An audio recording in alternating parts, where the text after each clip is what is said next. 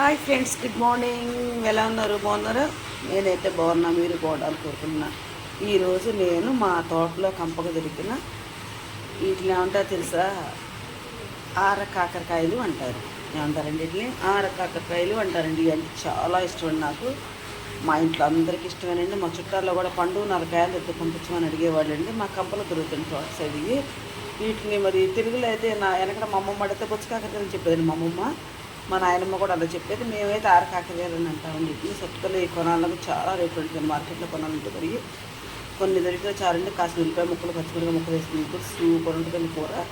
మనం దాన్ని చక్కగా చిన్న చిన్న ముక్కలుగా కోసుకున్న తర్వాత నేను కర్రీ చేసేటప్పుడు మీకు చూపిస్తానండి. 6 పచ్చిమిరకాయలు తీసుకున్నానండి.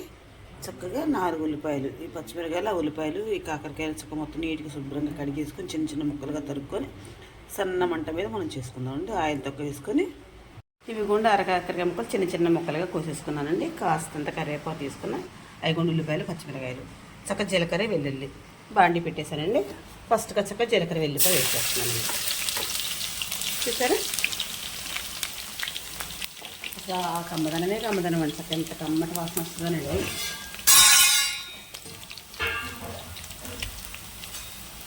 చక్కగా ఇప్పుడు మనం ఉల్లిపాయ, పచ్చిమిరకాయ వేసేద్దాం.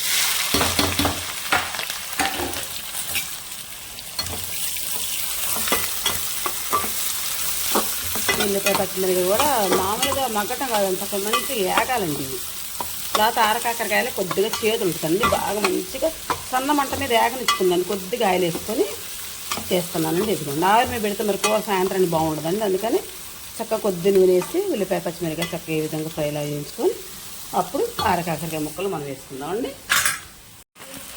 ఇది పెట్టి మంచిగా తీయమ్మ మంచిగా.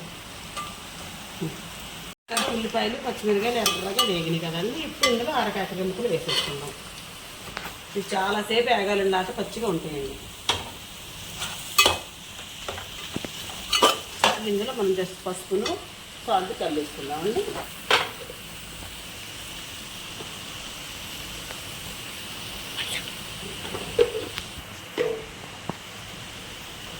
ఇది సాల్ట్ ఏంటంటే ఫస్ట్ ఏంటంటే ఉప్పును పసుపు వేస్తే చక్క ముక్కలు మంచిగా దోరుతుంది.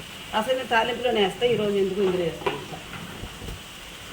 ఓకే, చక్క తిప్పేసుకుందామమ్మా. కింద మీద అటు ఇటు పైన ఇలా కిందకి పైకి ఇలా తిప్పేస్తే అంతా కలిపి దీన్ని కొంచెం ఆవిరి పెట్టుకుందాం మనం. ఇప్పుడు దీని మీద ఆవిరి పెడతాం. ఎందుకైనా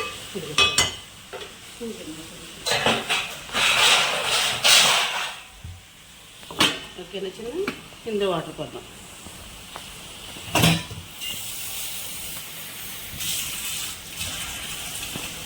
దీనిపైన ఈ విధంగా వాటర్ పోసి ఆవిరి పెట్టి ఆవిరితో ఉడికించుకోండి.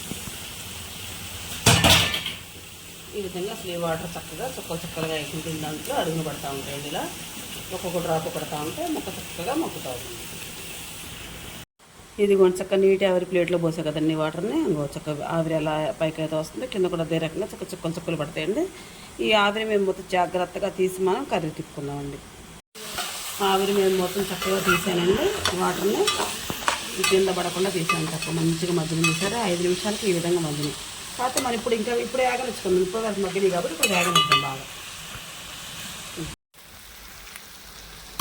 అదిగోండి ఉప్పు పసుపు వేస్తాను కదా. చక్కగా అన్ని ముక్కలల్లో కొంచెం ముక్కలుగా వేయండి. చూడండి చిన్న చిన్న ముక్కలుగా మగ్గుతుంది. కాకపోతే ఇంకా మనం ఎక్కువసేపు మగ్గనిచ్చుకుందామండి.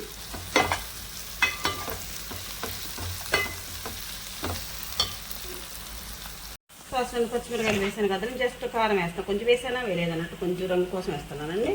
ఈ కారం కూడా సన్న కారం అండి, అమ్మగారు ఉంటుంది. అందుకే కొద్దిగా వేసానండి. దీని దగ్గర కొంచెం ధనియాల పొడి కూడా కొంచెం వేసుకున్నానండి. వెల్లుల్లి జీలకర్ర వేసావు కదా, ధనియాల పొడి కూడా కొద్దిగా వేస్తానండి. ఇది కొంచెం కారం, ధనియాల పొడి వేసేసుకున్నానండి. దీన్ని ఇట్లా చిన్న మంట మీద కొంచెంసేపు ఉంచుకున్న తర్వాత వేసేసుకున్నామండి.